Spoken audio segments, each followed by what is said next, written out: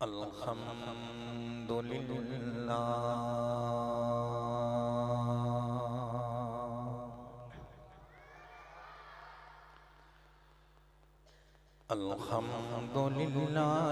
ज़िल Mazda वल ऊला वल इज़्ज़ वल बक़ाए वल रिफ़अत वल ऊला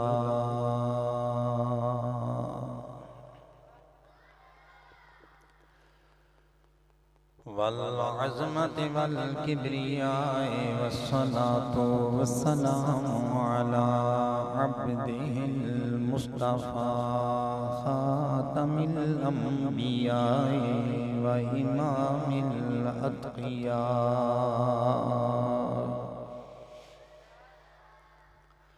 व अला आलिहि व अस्हाबिहि व अज़वाजिहि व अशीरतिहि व इत्रतिहि व जमीइ औलादिहि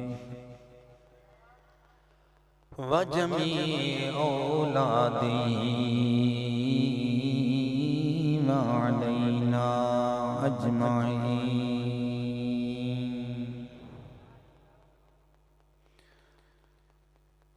अम्मा बअदु फ़अऊज़ु बिल्लाहि मिनश शैतानिर रजीम। बिस्मिल्लाहिर रहमानिर रहीम। क़ाल अल्लाहु तबारक व तआला फ़ी कलामिहिल मजीद व फ़िल फ़ुरक़ानिल हमीद। फ़तवक्कलू इन कुन्तुम मुअमिनीन। वक़ाल नबिय्यु सल्लल्लाहु अलैहि व अला आलिहि व बारक वसल्लम। मन अरादा अन यकूना अक़वन नासि फ़ल्यतवक्कल अलल्लाह। सदक़ल्लाहु मौलानल अज़ीम व सदक़ रसूलुहुन नबियुल उम्मियुल अमीनुल हनीनुल करीम। तमाम दरूद पाक। अल्लाहुम्मा सल्लि अला सय्यिदिना व मौलाना व मलजाना व मअवाना मुहम्मदिन व अला आलिहि व अस्हाबिहि अजमाइन। अस्सलातु वस्सलामु अलैका या सय्यिदी या रसूलल्लाह व अला आलिका व अस्हाबिका या सय्यिदी या हबीबल्लाह।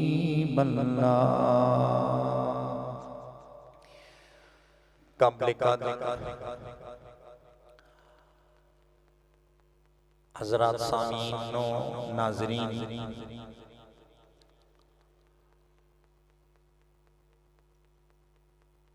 भरी कायनात के अंदर जिस चीज का आज कंपटीशन है, मुकाबला है, और जिस दौड़ में हर कोई आगे निकलना चाहता है, वो ये है कि लोगों की मुराद और लोगों का ख्याल ये है कि मैं दूसरे के मुकाबले में ज्यादा ताकतवर बन जाऊं,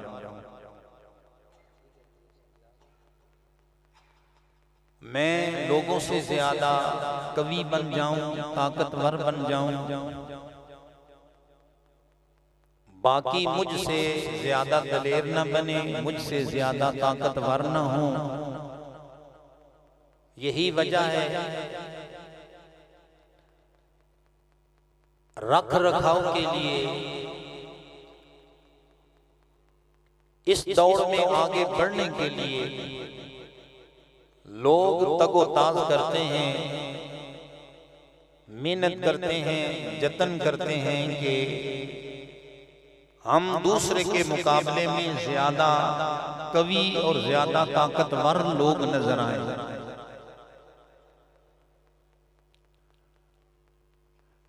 यही वजह है कि बड़े बड़े लोगों से रवाबित, बड़े लोगों में बैठना उठना, मालदार लोगों से लेना देना,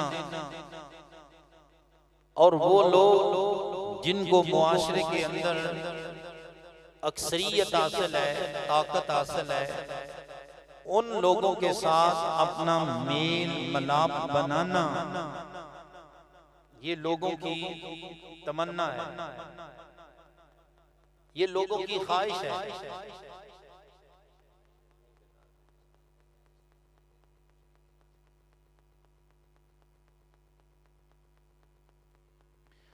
लोगों के ख्याल के मुताबिक ये मेयार होना चाहिए कि बंदा लोगों की नजर में इज्जत वाला हो, कवि हो। एक हुनर इंसानों ने खुद बनाया,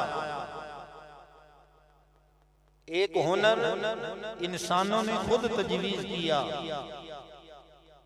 लेकिन एक हुनर अल्लाह ताला की ज़ाते पाक ने इज्जतदार बनने के लिए, ताकतवर बनने के लिए अता फरमाया। अल्लाह ताला ने लोगों को ये इरशाद फरमाया, फतवक्कलू इन कुंतुम मोमिनीन, अगर तुम तवक्कुल वाले हो, अगर तुम ईमान वाले हो तो रब की जात पर तवक्कुल करो। और एक हदीस पाक के अंदर हुजूर नबी करीम सल्लल्लाहु अलैहि वसल्लम का इरशाद है, फरमाया कि मन अरादा यकून अकबर नास, जिस बंदे का इरादा ये हो कि मैं लोगों में से सबसे बढ़कर कवि बन जाऊं, ताकतवर बन जाऊं, उसके लिए सबक ये है कि फल यतवक्कल अलल्लाह, वो अल्लाह पर तवक्कुल करे। काम सारे अल्लाह ताला ही करता है। तवक्कुल का मतलब ये नहीं है बंदा बिस्तर तान कर सो जाए, हाथ पर हाथ धर बैठे, काम कोई ना करे और ये समझे कि मैं तवक्कुल पर अमल कर रहा हूं। तवक्कुल इस चीज का नाम नहीं है। तवक्कुल ये है कि बंदा अपनी हिम्मत के मुताबिक काम करे, अपनी ताकत के मुताबिक कोई भी काम शुरू करे तो वो करता जाए। जहां तक बंदे की ताकत बंदे का साथ दे वहां तक काम करे, और जहां बंदा हार जाए वहां काम रब की जात पर डाल दे। रब फरमाता है फाइजा अज़मता फतवक्कल अलल्लाह, पक्का इरादा कर फिर रब की जात पर तवक्कुल कर। कोई भी काम करना हो, ये हुनर सिर्फ और सिर्फ एक कौम जो इस्लाम वाली कौम है, मुसलमान लोग हैं, उनको रब रसूल का दिया हुआ है। बाकी जहान के अंदर जितने भी लोग हैं उन्हें असबाब पर नाज है, उन्हें माल पर नाज है, उन्हें वक़्त की जायदाद पर नाज है, उन्हें ताकत पर नाज है। लेकिन मुसलमान आदमी का हथियार ये है कि जितनी ताकत हो उसके मुताबिक काम करे। उसके बाद जब बंदा ये समझता है कि अब ये काम मुराद पर पहुंचाना मेरे बस का रोग नहीं है, तो अल्लाह की जात पर तवक्कुल करे, रब उसे बामुराद फरमा देता है। फाइजा अज़मता फतवक्कल अलल्लाह का मतलब यही है। हुजूर की बारगाह में एक सहाबी आया, ऊंट पर आया था, सरकार से सवाल करने लगा, या रसूल अल्लाह मैंने तवक्कुल करना है, ऊंट को बांधने के बाद तवक्कुल करूं या ऊंट को बांधने के बाद तवक्कुल करूं या ऊंट बांधूं नहीं उससे पहले तवक्कुल कर लूं। दो तरीके हैं ना, ऊंट को खुला छोड़ दूं और रब की जात पर तवक्कुल करूं कि ये कहीं नहीं जाएगा, ये करूं, या पहले उसको ढंगा डालूं, उसकी रस्सी बांध दूं, फिर तवक्कुल करूं। हुजूर ने उसे तरीका बताया। सरकार ने फरमाया पहले ऊंट को बांधो, बांधने के बाद रब की जात पर तवक्कुल करो। इससे हमें शऊर मिल गया। हाथ पर हाथ धरे मुंतजरे फरदा, बैठना नहीं है, लंबी तान कर सो नहीं जाना, ये नहीं करना कि हमें तो बिल्कुल कुछ भी नहीं करना चाहिए, हमें हरकत ही नहीं करनी चाहिए, रब हमारी बिगड़ी बना देगा। ये शरीयत का दिया हुआ कायदा नहीं है, ये शरीयत का पढ़ाया हुआ सबक नहीं है। शरीयत का सबक ये है कि तुमने कुछ हरकत करनी है, हरकत तुम्हारी होगी, बरकत रब डाल देगा। हरकत में होती है बरकत खुदा की। कितने ही ऐसे बुजुर्ग हैं, ऐसे रब रसूल के कुर्बत वाले हैं जिन्हें हुजूर ने ये काम सिखाया। सरकार की बारगाह में एक बंदा आया, भीख मांगने के लिए आया, चंदा मांगने के लिए आया, भीख मांगने के लिए आया, भिखारी बनकर आया। हुजूर ने उसे अपने करीब बुला लिया। सरकार ने फरमाया मुझे ये बता, तेरे पास कोई शय है भी या बिल्कुल ही कंगाल है? कोई चीज तो होगी तुम्हारे पास। उसने अर्ज किया कि या रसूल अल्लाह, दो चीजें मेरे पास हैं। वो क्या क्या है? कहने लगा कि या रसूल अल्लाह, एक मेरा प्याला है और एक मेरा कंबल है। प्याला और कंबल, प्याले से पानी पीता हूं और कंबल ओढ़ लेता हूं। सरकार ने उसे फरमाया जाओ वो दोनों चीजें लेकर आओ। वो पहले आया था मांगने के लिए।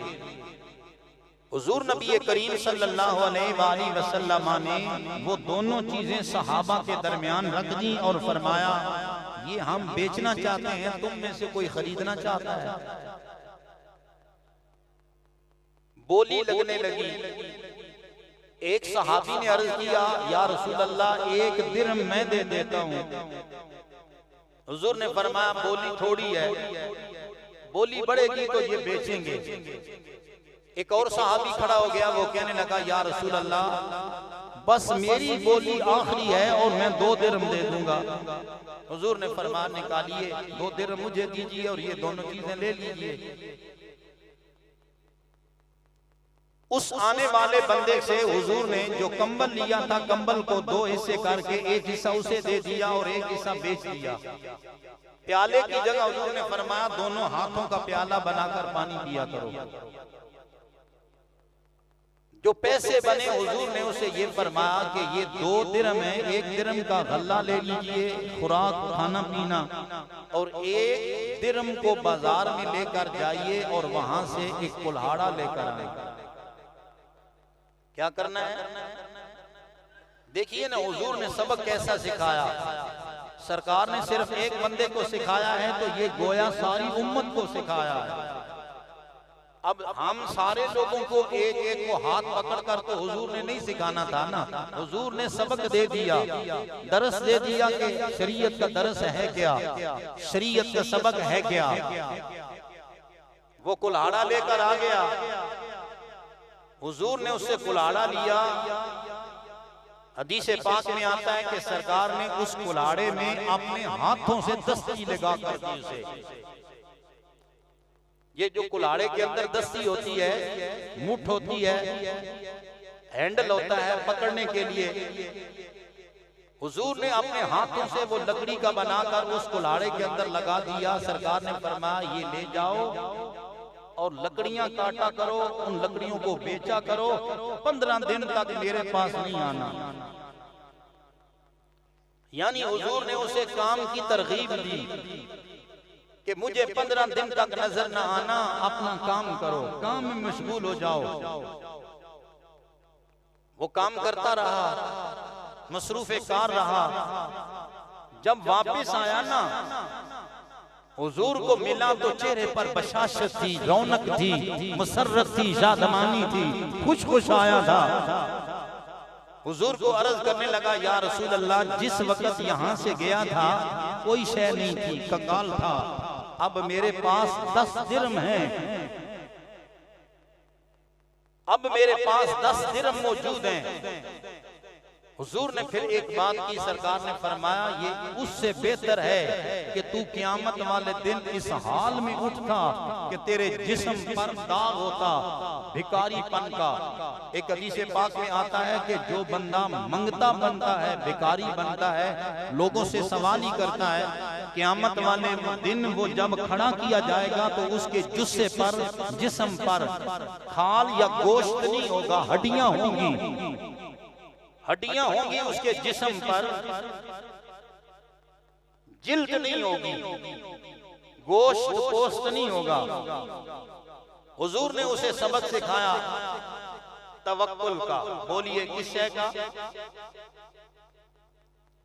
गोया मेरे नबी करीम ने उसे ये बताया, ऐ अल्लाह के बंदे, अगर तू दुनिया में बामुराद बनना चाहता है, बामकसद जिंदगी गुजारना चाहता है, इज्जत वाला बनना चाहता है, कमाल वाला बनना चाहता है, सिर्फ ये नहीं है कि किसी से 2 रुपए मांगे, किसी से 4 मांग लिए, सारी जिंदगी का ये वतीरा न बनाइए, न किसी से मांगिए, बल्कि अपना काम कीजिए, मेहनत कीजिए, मुशक्कत कीजिए, जितनी मेहनत हो सकती है मेहनत कीजिए मेरे भाई। ये मेहनत कीजिएगा, जब मेहनत करेंगे जितना बन सका मेहनत हो जाएगी, उसके बाद अल्लाह की जात पर तवक्कुल करें, या अल्लाह हमने अपनी हिम्मत के मुताबिक काम किया है, अब तूने बरकत डालनी है।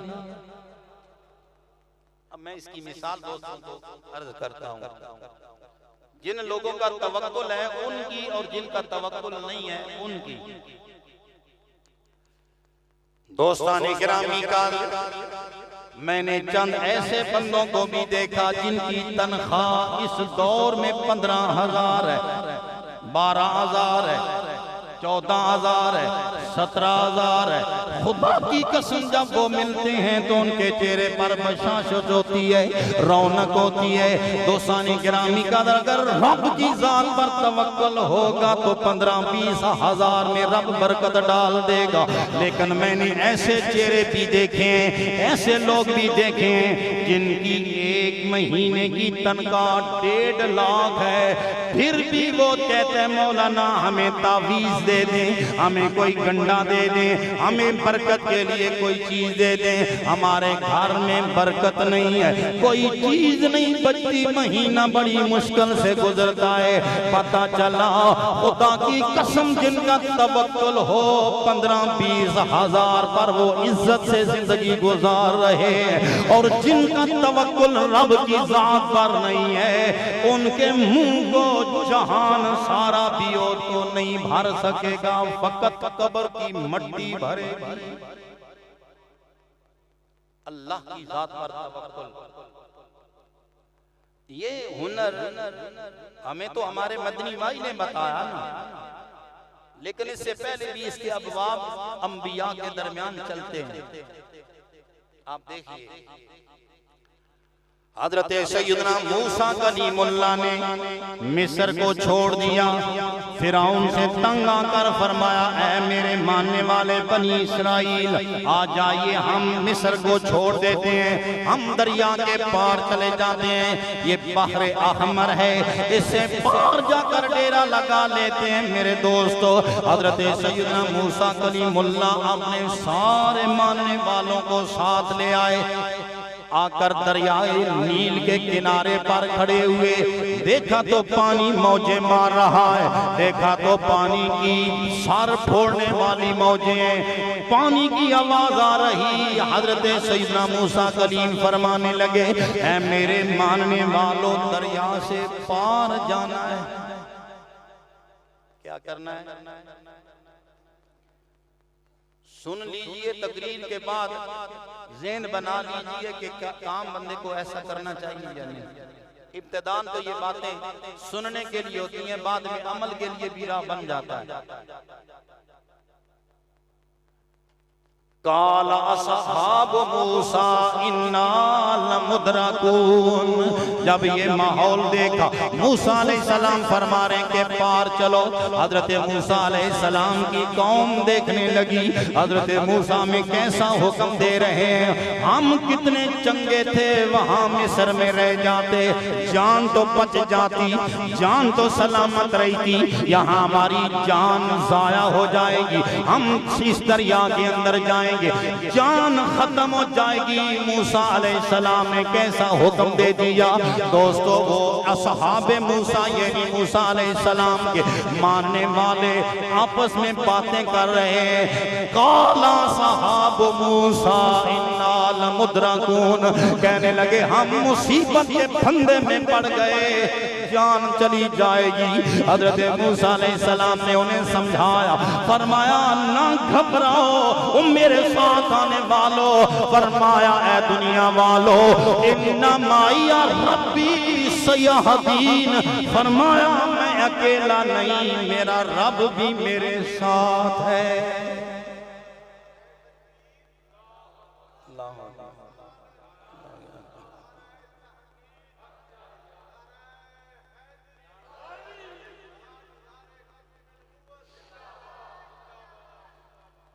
इन्ना माई रब्बी सयहदीन, फरमाया मैं अकेला नहीं आया, मैं तन्हा नहीं हूँ, मैं बेआसरा नहीं हूँ, मैं बेकस नहीं हूँ। फरमाया अब रब की बारगाह में हम इल्तिजा करते हैं, या अल्लाह मिस्र से उठ कर आ जाना हमारा काम था।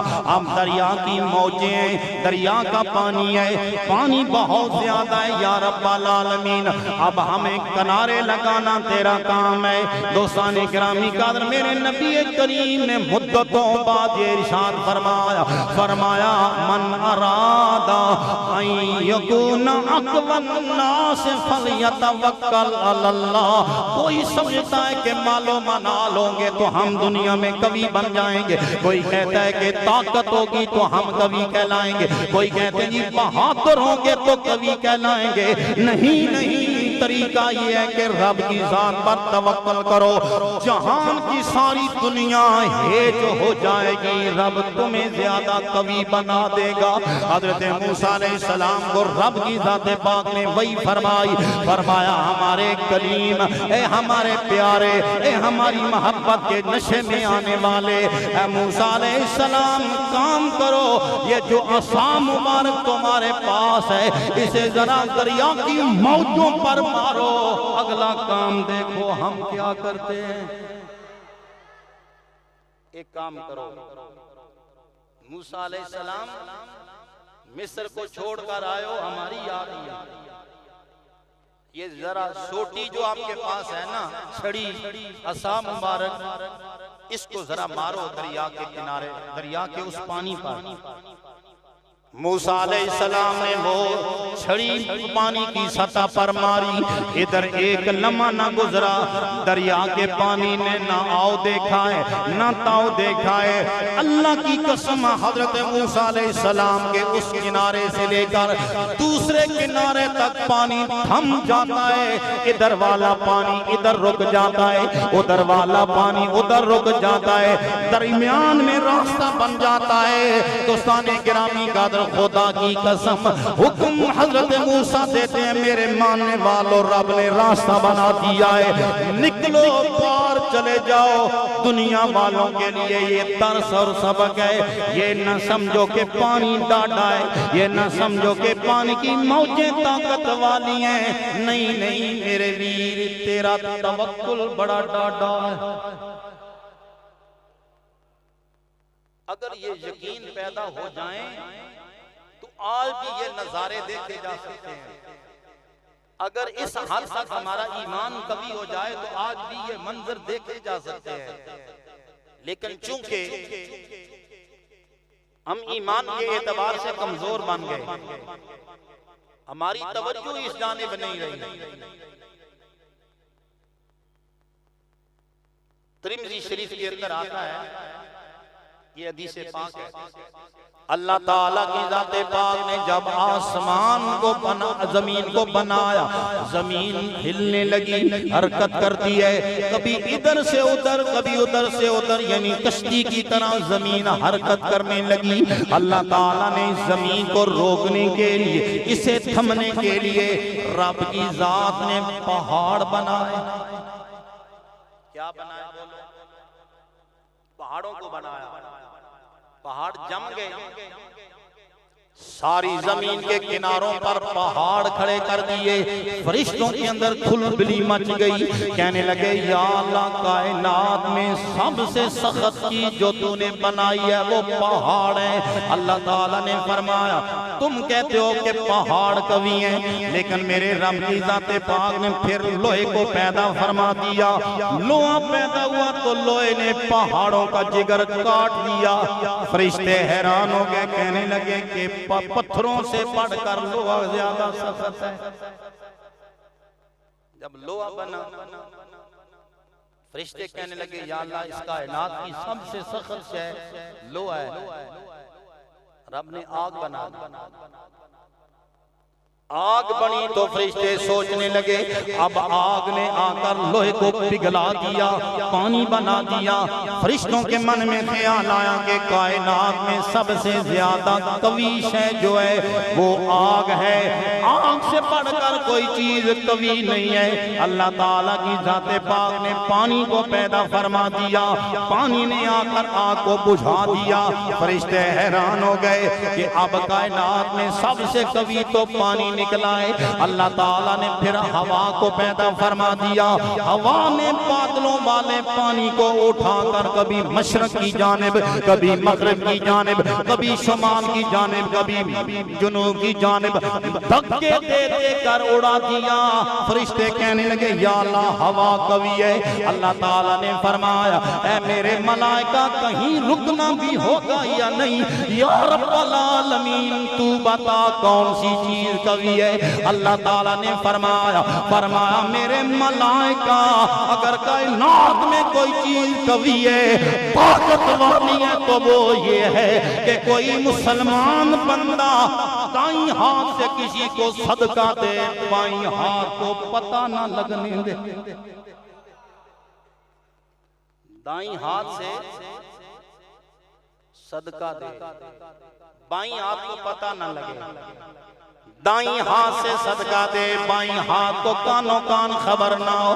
फरमाया ये इतनी ताकतवर है, इतनी ताकतवर है। फरमाया जहान के अंदर पत्थर भी इतने कवि नहीं, लोहा भी इतना सख्त नहीं, आग भी इतनी ताकतवर नहीं, दरिया की मौजें भी इतनी कवि नहीं है जितना सदका कवि होता है।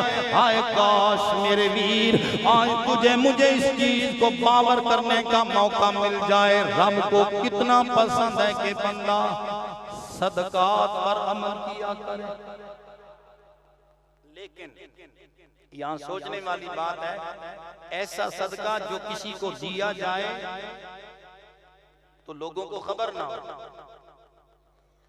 ऐसा सदका नहीं कि सदका देना हो तो कैमरामैन को पहले बुला लिया जाए, फोटो बनाने वाले को पहले बुला लिया जाए।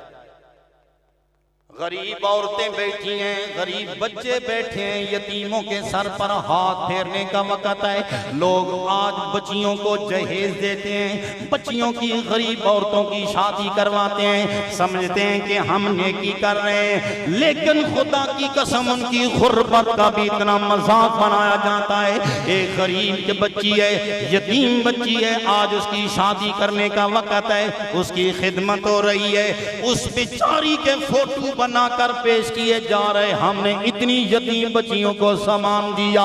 और मेरे वीर ये सदका नहीं है, ये यतीम और फकीर लोगों की इज्जत से खेलने वाली बात है। हाय काश दिल में, हाय काश मन में, हाय काश खुदा की कसम इंसान के मन में ये बात उतर जाए, ऐसा सदका जिस सदके से किसी को कानो कान खबर ना हो।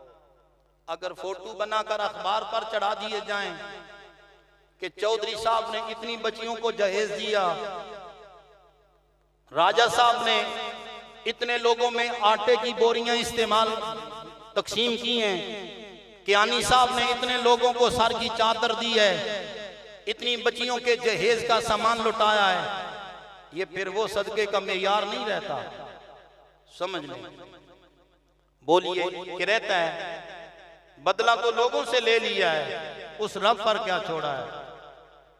बंदे तो वाह वाह करते हैं ना, फिर गली गली में, बाजार बाजार में, नगर नगर में बात चल रही है, चौधरी साहब ने इतनी बच्चियों को जहेज दिया। ये वाह वाह नहीं चाहिए थी, रब की बारगाह से तुझे सवाब चाहिए था, रब की बारगाह से इनायत चाहिए थी, रब की बारगाह से इनायत और अता चाहिए थी। अगर वो लेनी थी तो दुनिया से कुछ ना लेता, रब अता करने वाला तेरी वाह वाह बना देता।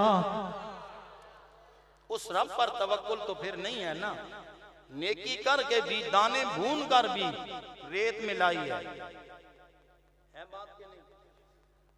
दाने भून कर रेत मिलाई है, फिर वो काम नहीं रहा। तवक्कुल का मतलब ये है कि बंदा सदका करे। अब सदके की अंदर भी कुछ राज हैं। हम ये समझते हैं कि सदका ये होता है बंदा सड़क बनवा दे, बंदा ये समझता है कि सदका ये है बंदा सारा बनवा दे। इंसान का ख्याल ये है कि सदका ये है कि बंदा किसी मदरसे में, किसी मस्जिद के अंदर बैल दे दे, बकरा कुर्बानी के लिए बंदा वहां दे दे, बच्चों को बकरा खिला दे, ये सदका बन जाएगा। लोगों का ख्याल ये है कि अगर बंदा बहुत ज्यादा लकड़ियां मदरसे में भेजेगा ये सदका बनेगा। हाँ हाँ ये सारे सदके हैं, लेकिन मेरे वीर खुदा की कसम सदके का आसान तरीका ये है, आमिना के लाल का इरशाद गिरामी है, मेरे मदनी माही का फरमाने जी शान है। सरकार ने फरमाया कोई मुसलमान बंदा दूसरे मुसलमान बंदे से बात करते कभी मुस्कुरा कर बात करे तो ये भी सदका है। मुस्कुरा कर बात की जाए ये भी सदका है। आप बहुत सारे लोगों को देखेंगे जो लोग दुनियावी एतबार से, दुनिया के एतबार से, मालदारी के एतबार से जरा कवि होते हैं, बड़े होते हैं, उनके चेहरे पर मुस्कुराहट नहीं होगी। बहुत सारे इल्ला माशाअल्लाह कोई हो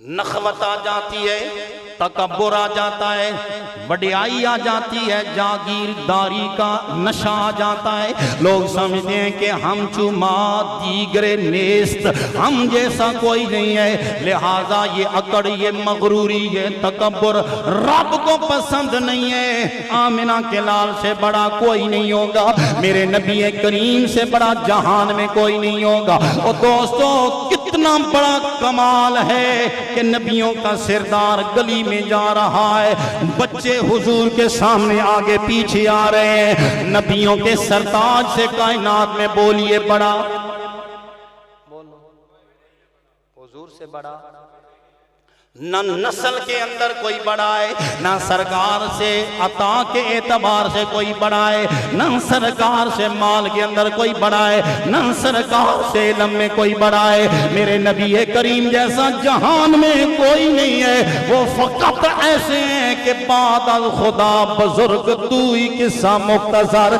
आमिना का लाल रास्ते पर जा रहे हैं, छोटे छोटे बच्चे, नाबालिग बच्चे आ रहे हैं। आमिना का लाल उन बच्चों से मिलते हुए कहते हैं बेटा अस्सलाम वालेकुम, मुझे बताना कायनात के सुल्तान ने बता दिया, बड़ा रब ने बनाया है, सलाम देने में मेरी इज्जत घाट नहीं रही, बल्कि हुजूर ने लोगों को सबक समझाया, लोगों को ये सीरत सिखाई है। ओ बड़े बनना चाहते हो, मेरे अमल पर अमल करो, रब तुम्हें बड़ा बनाएगा।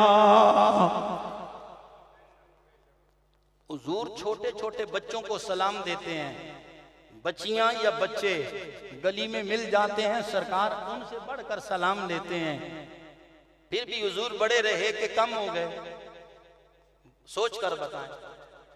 अगर हुजूर बड़े रहे हैं मेरे वीर, आज हम भी ये तरीका अपना लें। ये न हो कि हमें चौधरी सा मिले तो हम कलावा लगाएं, हमें राजा सा मिले तो हम कलावा लगाएं, MPA सा मिले तो हम उनको बढ़कर मिले, हमें MNA सा मिले हम कहें कि जनाब बड़ी मुद्दत के बाद मुलाकात हुई है। खुदा की कसम कभी बाजार में कोई झल्ला कल्ला मिल जाए, कभी कोई आम इंसान भी मिल जाए, हाथ बढ़ाकर सलाम ले लिया करो, और उससे सलाम लेते दिल में ये ख्याल किया करो, जिस रब ने मुझे सोना बनाया है उसी रब ने इसे कंगला बनाया है, ये मेरे रब की मखलूक है। वल्लाह हो सकता है तेरे सलाम की वजह से वो बंदा खुश हो जाए। जब तूने उसे खुश कर दिया, तूने अपने रब को खुश कर दिया।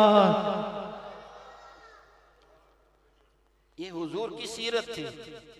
मैं अर्ज कर रहा था सदका, हम बड़ी बड़ी चीजों को सदका समझते हैं। मैं अमूमन जनाजों के मौके पर ये लोगों को बात बावर करवाता हूँ।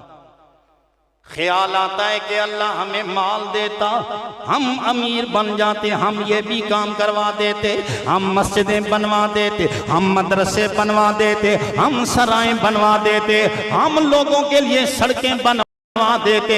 लोगों के दिल में ये ख्याल आता है मैं हज पर चला जाता, बड़ी नेकी होती। और मेरे वीर पता नहीं तू इतना अमीर बनेगा या नहीं बनेगा, इतना मालदार तेरी किस्मत होगी या नहीं होगी, लेकिन कई सदके तेरी मुट्ठी में हैं, उन पर अमल कर, रब के यहाँ कुर्बत वाला बन जा।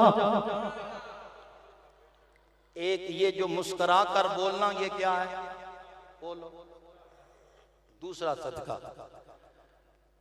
किसी बंदे को रास्ते का पता ना चल रहा, उसे रास्ता बताना, ओ मेरे भाई ये रास्ता है, जहां जा रहा है तेरा रास्ता ये बनता है, इस रास्ते पर चला जा, ये भी सदका है। ईमान से बताइए हमें कितनी बार लोगों से वास्ता पड़ता है, हम इर्द गिर्द लोगों के यहाँ बयान करने के लिए जाते हैं, हमारे बच्चे लोगों से पूछते हैं जनाब हमने फलां जगह पर जाना है।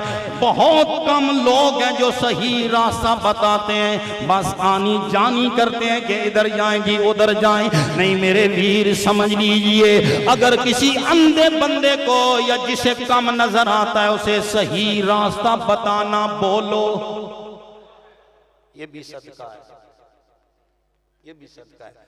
रास्ते पर हड्डी पड़ी है, रोड़ा पड़ा है, लकड़ी पड़ी है, कांटा पड़ा है, इसको उठाकर किनारे रख देना, बोलो ये भी सदका है। मेरे दोस्तों ये सदकात हैं। हुजूर नबी करीम ने फरमाया अपने डोल से किसी बंदे के डोल के अंदर पानी डाल देना, ये भी सदका है। और मेरे वीर ये सदका अगर तू इस पर अमल करे तो ये तेरी मुट्ठी में है। पता नहीं हज करवाएगा या नहीं करवाएगा, सड़कें बनवाएगा या नहीं बनवाएगा, सराय बनवाएगा या नहीं बनवाएगा, लेकिन ये काम तो तेरे, ये काम तो इख्तियार में है ना।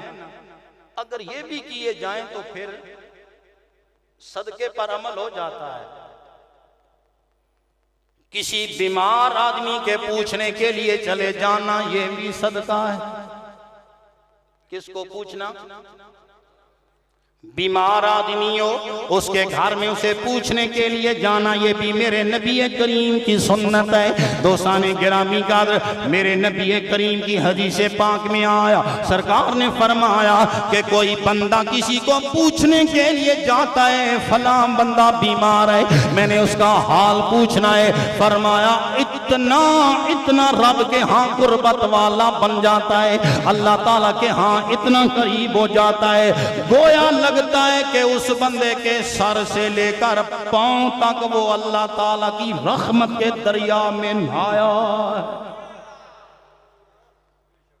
सर से लेकर पांव तक रब की रहमत के दरिया में नहाने वाला है वो जिस बंदे ने किसी बीमार का हाल पूछा है।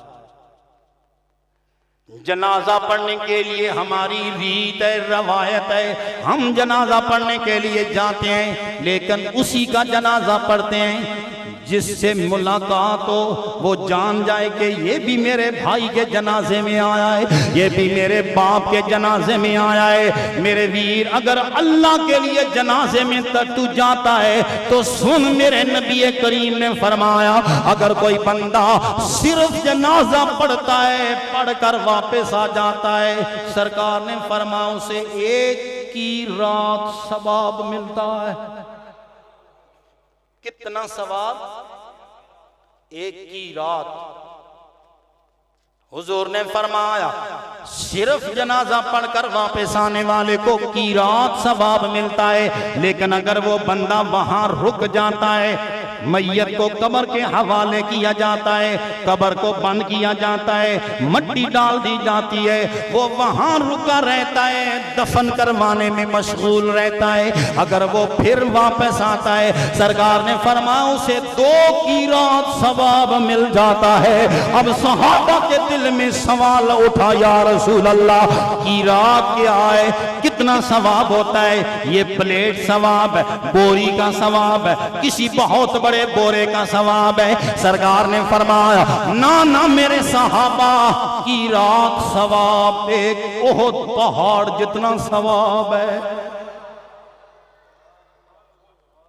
काम कितना किया है? जनाजा पढ़ के दफन करवाया है, 2 पहाड़ों जितना सवाब। ये भी सदका है, ये भी सदका है। 2 पहाड़ सवाब हो और एक जनाजा पढ़ने पर, ये कहां से मिलेगा? सारी जिंदगी ख्याल होता है हज पर जाना है, अल्लाह ताला मुझे हज पर ले जाए, लेकिन अब तो कमर दोरी हो जाती है। अब हमारे हुक्मरानों को सैल्यूट करो, अब हुक्मरानों को सलामियां देते रहो जिन्होंने मुश्किलें पैदा कर दी। 10 लाख अगर बंदे की जेब में हो फिर भी कम नजर आता है, पता नहीं मैं हज पर जाऊंगा या नहीं जा सकूंगा। लेकिन आज से 1450 साल पहले आमिना के लाल ने तुम्हें हज बताया। सरकार ने फरमाया ओ मां बाप के साथ मोहब्बत की नजर देखने वाले, मां का चेहरा या बाप का चेहरा, मोहब्बत की निगाह देखा कर, रब तुझे हज का सवाब अता फरमाएगा। उनके सामने जबान को हथौड़ा न बना, मां बाप के लिए थानेदार न बन, मां बाप के लिए बहुत बड़ा पहलवान न बन, बल्कि उनको मोहब्बत की निगाह, बैठे हों तो जरा वो अपने काम में लगे हों, मां सब्जी काट रही है, बाप घर के किसी काम में मशगूल है, तू मोहब्बत की नजर बस उनके चेहरे पर टिक टिकी बांध कर देख, रब तुझे हज का सवाब अता फरमाए। अब बंदे के ख्याल में हो कि मैं मालदार बनूंगा, इतना बड़ा ठेकेदार बनूंगा तो फिर मैं हज पर जाऊंगा। प्यारे वो काम तो रब जानता है कि होगा या नहीं होगा, लेकिन ये काम तो हो सकता है, ये काम तो हो सकता है ना। जिनके वालिदैन जिंदा हैं उनके लिए ये मुमकिन है, जिनके माँ बाप फौत हो गए हैं वो भी माँ बाप की जियारत के लिए कब्रिस्तान में जाया करें। रब के हाँ, रब की कुदरत में कोई कमी नहीं है कि मरे हुए माँ बाप की कब्रों की जियारत भी रब उनकी जियारत बनाकर तुझे हज का सवाब अता फरमाए। एक और हदीस पाक में सरकार ने फरमाया कोई बंदा फजर की नमाज पढ़ता है ना, तो फजर की नमाज के बाद वो वहां बैठा रहे, रुका रहे, जब सूरज थोड़ा सा निकल जाए तो वो 2 रकतें नफल पढ़े, तो उस पर भी हज और उम्रे का सवाब है। तो ये वो चीजें हैं जिन चीजों की जानिब हमारी निगाह नहीं जाती, हम अमल नहीं करते और हम समझते ये हैं कि नेकी तो वही है जो बहुत बड़ी बड़ी लोग नेकियां कर रहे हैं और हमारे दिल के अंदर ख्याल रहता है, राल टपकती रहती है, हमारे पास तो है कुछ नहीं, हम भी करते। प्यारे, गरीबों का हज कुछ और है, अमीरों का हज कुछ और है। तो हुजूर ने ये हमें बता दिया, ये अपनाओ, इससे कुर्बत इल्लल्लाह और कुर्बत इलर रसूल, रब रसूल की कुर्बत मिलती रहती है। वो कब वक़्त आएगा जब हमारे ख्याल बदलेंगे, जब हमारी फिक्र बदलेगी, जब हमारी सोच के ज़ाविये बदलेंगे और हम अल्लाह रसूल के लिए कोई काम करेंगे। दोस्तों, आइए रब की बारगाह में दुआ कीजिए, अल्लाह ताला की ज़ात पाक वो समझ अता फरमाए जो हकीकी दीन इस्लाम की रोशनी है और दीन इस्लाम का हकीकी पहलू है। अल्लाह वो हमें समझ अता फरमाए। वमा अलैना इल्लल बलाग।